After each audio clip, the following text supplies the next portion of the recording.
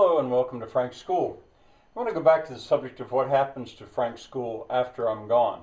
And I think I can be a little bit more positive. I'm going to call this part two. There is another possibility. I talked a good bit about decommissioning, because I worry about that. I don't want to leave a real big mess for somebody else to clean up. But as I said before, I've cleaned up so many people's messes. But there is another possibility. And that is that I managed to reach what I think of almost as a critical mass, reach a certain point where it becomes clear what I'm doing. Not just from what I'm saying. I wrote here inadequacy of words. You can talk about things and you can have big ideas and you can even draw pictures and make plans, but that's different from actually doing it. What do they say? A picture's worth 1,000 words. Well, an object, even more so. So it's possible that I can reach a kind of a critical mass, and then people say, "Aha! Now I understand." And in which case they would do what they could to preserve it, maybe even continue it. Under what kind of management? Well, cooperative. I still think that's probably the best idea. That the land and the buildings and the little shops and all that kind of stuff stays together somehow. So that is a possibility. It's going to have to be done this year or next. I gave myself till the end of this year, well, till last July, to decide whether or not to just stop and back up and start decommissioning. This is now the end of August. And I decided, no, I'm going on. I had made that decision. I'm going on.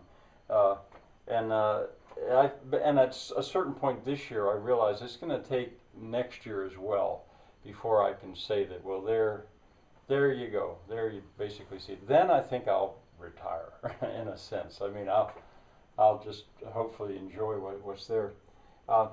So it could be preserved. I'm talking about, well, the stuff online is there anyway. I'm talking about the physical plant, the Camp Ranch campus, what I'm working so hard on this year. It could continue. It could be used as a model. That would be a dream come true for me, if it could be used as a model. That people would look at this and say, well, look, if Frank can do it, I can do it.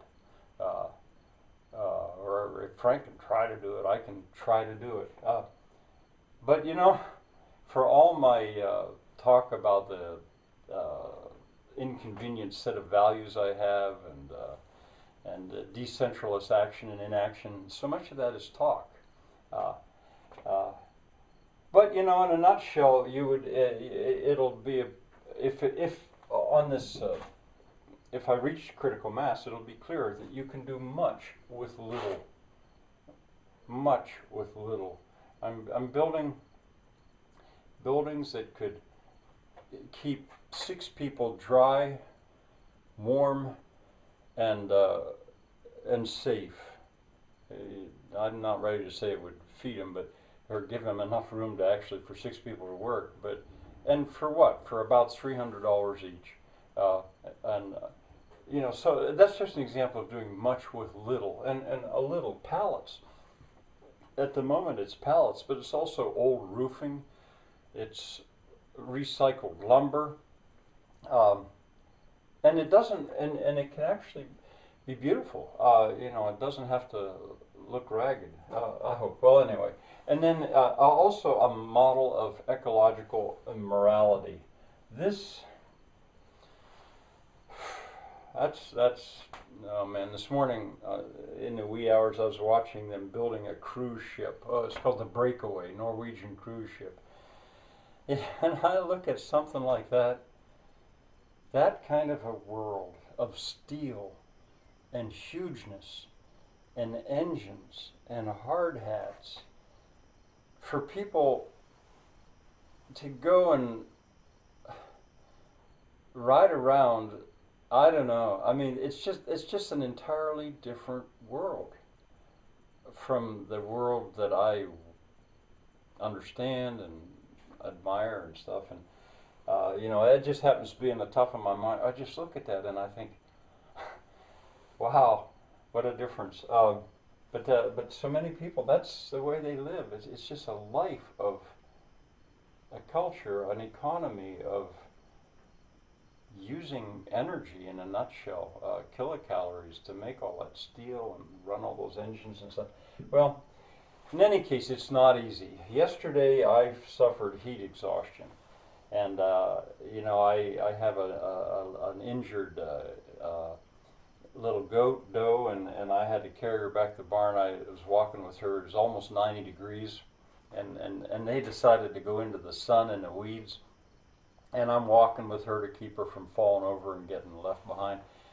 And you know, and this was after a day of work, and I think I forgot to eat lunch. And anyway, it all came together, and I realized, whoa, can I make it back to the barn? And after I then carried her back to the barn, I sat down and I couldn't make it to the house. I realized that I'm too hot.